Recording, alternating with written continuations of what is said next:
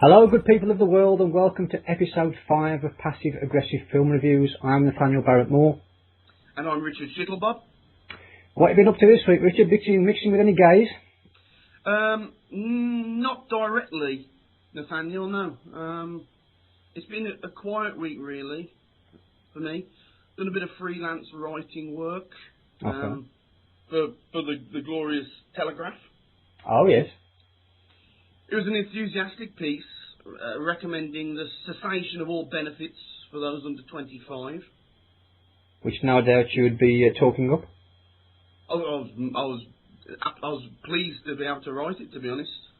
Very, very keen supporter of that particular concept. Yeah, I think we knew that was coming. I've had 2 appearances on Sky TV. Really? I don't know. Did you catch any of them, Nathaniel? I know you subscribe. I do, but I didn't see you on the screen, no. Well, excuse me. The first one, I appeared on their popular political discussion programme, What the Bastards Think. Pretty lively debate. Diane Abbott, the Labour stalwart. Yes, I know. The emphasis on the wart, very much so. Yeah. And Education Secretary Michael Gove. They're at loggerheads. I'll tell you what, Nathaniel, it's not until you're in the studio that you realise the general loathing that the opposing parties feel for each other. Yeah, that's all genuine, do you? It felt it to me. They were bristling. There was an electricity in the air that was either utter hatred or pure lust. It was hard to tell which one it was. Well, I think it's probably the former. Do you think so? That's still pretty much surprising, I must admit. Well, as a result of their tempestuous, vitriolic hatred of each other, I didn't really have much to say, in all honesty. Just because I didn't get a chance. I had plenty I wanted to say, but I didn't get a chance. I managed just 4 words on the whole appearance, but I still got paid. Say it again? I'm sure you made them count. Well, but it matters not to me, Nathaniel. I still got paid in triple figures, so makes no odds. I thought you were a man of integrity. Who's laughing now? That's what I thought as I was on my way home. You checked your bank balance, yeah. What did you say anyway? What did I say? Yeah. I said, only the poor matter. Right, okay. I was being controversial. Never. Second appearance on Soccer AM. Really? Yeah.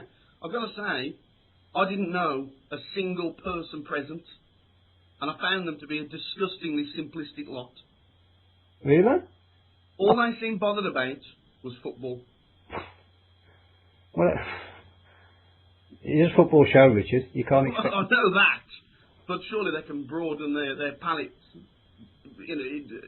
marginally. They could encompass other topics occasionally. Well, you're not going to get Helen Chamberlain talking about slashing benefit systems, are you? You're going to be talking about football players, so you'd have to dumb yourself down for a bit, Richard.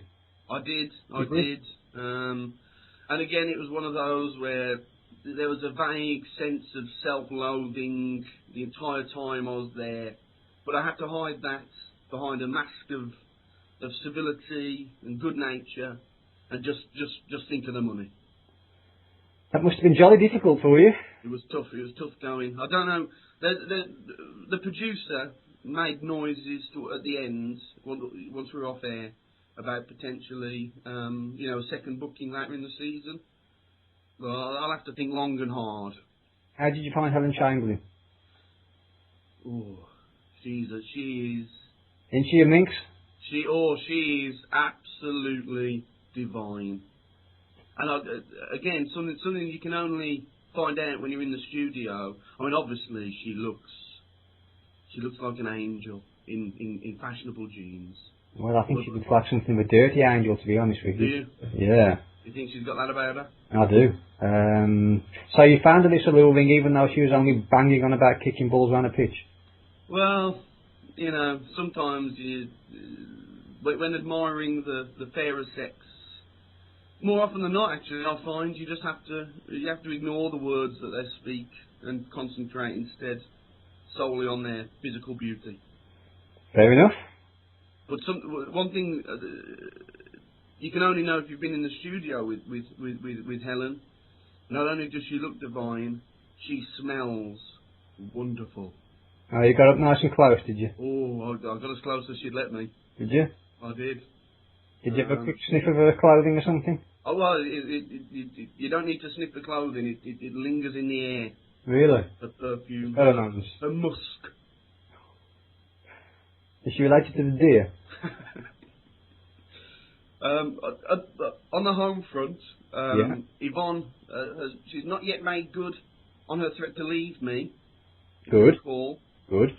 So we're still together. 30 years we've been married. Yes, sure. Thanks again for that. But she has purchased a set of barbells and left them in the living room as some kind of hint. Not so subtle then. Not particularly subtle, is it? But I can assure you they are as yet unused. But have you been making any effort to motivate yourself and get yourself trim? Not really. Not really. You don't take marriage seriously then? She married me for me. I haven't changed. Right, okay. You're not putting any weight at all?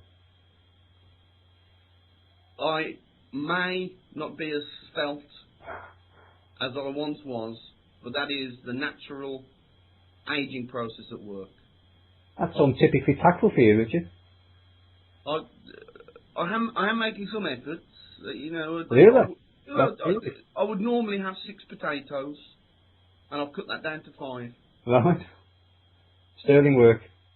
I would normally have 2 pieces of bread to mop up my gravy. I now only have 1.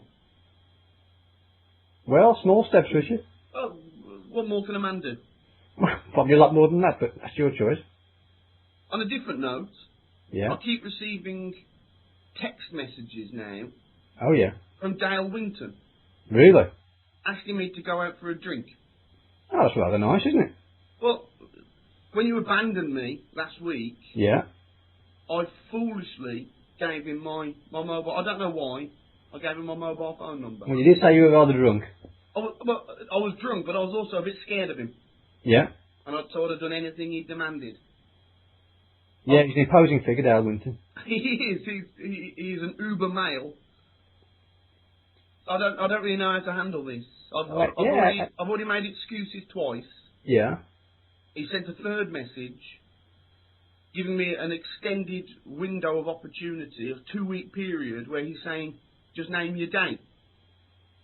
He's quite keen then, isn't he? He seems overly keen, if you ask me, Nathaniel. Well, you could just go and enjoy a drink with the man. It doesn't have to turn into a date if you don't want it to. You can tell him where to get off, can't you? That's not my worries. He's going to try and get me off. Not if you don't let him. I won't. But who knows with your... I won't, Nathaniel. Really? I won't. I won't let those blunt, chubby fingers anywhere near me. Well, I suggest go and meet him and see how it pans out. I'll look forward to hearing about that next week. Quite a tricky situation, that. Now, I've received a letter. I don't know, why do they always send the letters to me? Why don't you ever get any letters, Nathaniel? Well, they don't, but we'll get to that, Richard. Oh. Yeah. Oh, a teaser. Indeed. I've received a letter from the French embassy stating that if I accuse the French of anything else, they'll be seeking legal advice. Mm-hmm. Yeah, like that bothers me. Oh, I'm trembling. Well, the cowardly, garlic-swilling hypocrites. They can sue me if they like, just so long as they don't mind the phrase Vichy government getting another public airing. You were doing so well. You're almost pleasant company for a while. So it lasted a reasonable amount of time. We'll have to take that. Apropos of nothing, really, Nathaniel, I would just like to read out this statement. Please. If you'd be silent for the duration, I would I'll appreciate do that. I, Richard Shittlebob, have been accused of making insulting and defamatory remarks about the people of Chile, and in particular, the fishing community therein. I would like to make it clear that on no account do I consider the people of that remarkable country to be mentally deficient in any way, nor do I consider them the mental equivalent of sea life. Any offence caused, whether intentional or otherwise, was utterly unintentional, and should it be deemed necessary, this declaration may be reproduced in full via any media outlet considered appropriate. I just had to say that, Nathaniel. Sorry for interrupting.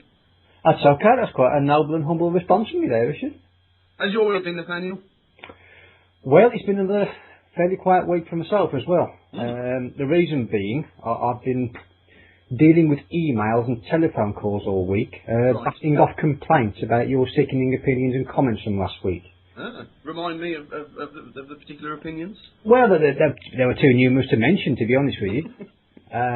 But one in particular, if we're going to try and focus on one, I did receive one email. Yes. I'd like to read it out on air because I do think he speaks for the majority. Okay. This email was sent by Mr. Dave Cock of Leicester. So thank you, Mr. You're making that up. I'm not. No, that's the gentleman's name. How do you spell that? C-O-C-K.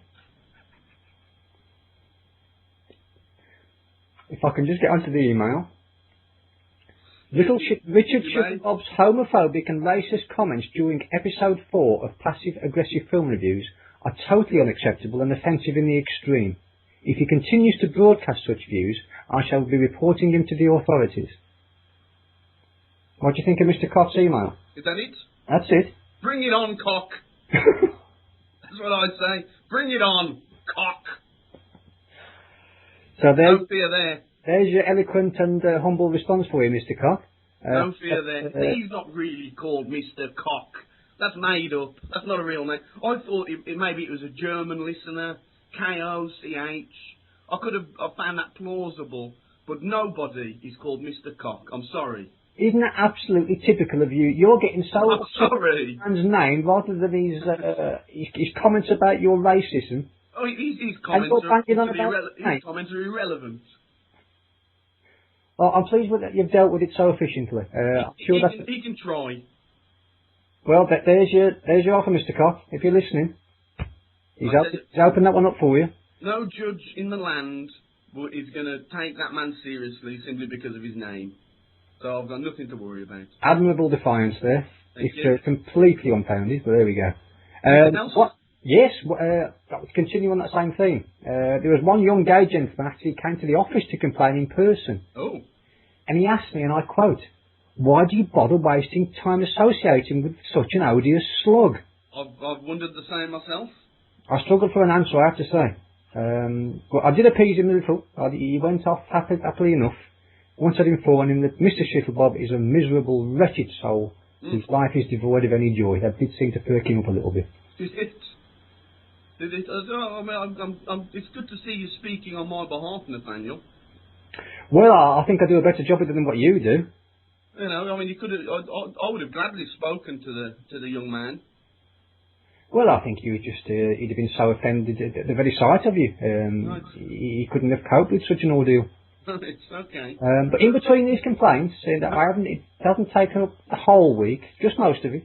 Yes. But I have managed to find some time in between dealing with those complaints to start organising a holiday next year, which lovely. I'm planning on going backpacking around South America, Richard. Oh. And okay. Yeah, I think going to Chile. I am. I'm going to come to that. I think us Europeans, and I do say Europeans as opposed to Brits, Richard. I think we're starved of information about that glorious continent, and I'm keen to find out what it's all about, really.